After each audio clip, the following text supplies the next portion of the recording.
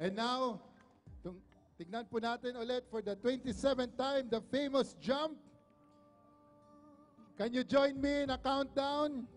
10, 9, 8, 7, 6, 5, 4, 3, 2, 1. Jump! Yay! Kaya pa! Ayan, palakpakan po natin. Pwede pa! Pwede pa! Inaanyayahan namin sa iba.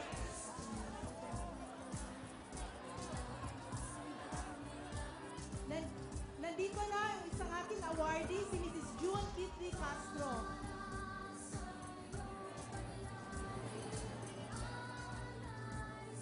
Marami pong salamat, dating Pangulong Fidel V. Ramos, Senator Butch Aquino. Palakpakan po natin muli sila. Nandito na po yung awardee natin kanina.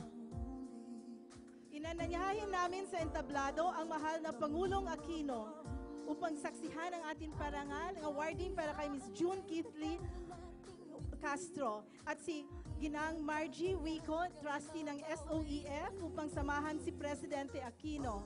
Inanyayahan din namin ang ating punong kalilihim Paquito Ochoa, chairperson ng EPPC. Sa ulitin, si Binibining June Kitty Castro ang nagsilbing tinig ng pag-asa sa pamagitan ng paglalanap ng impormasyon sa mga kaganapan noong kainitan ng lakas sambayanan.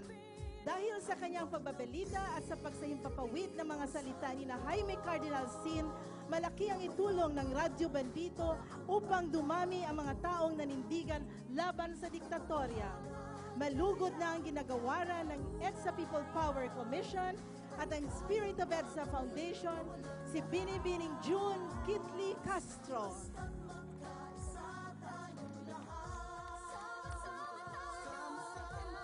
Habang totoong hindi dumanak ang dugo noong 1986 People Power Revolution, hindi natin maitatatwa na maraming karaniwang Pilipino ang nauna ng nanindigan at nag-alay ng sarili upang ipaglaban ang ating kalayaan.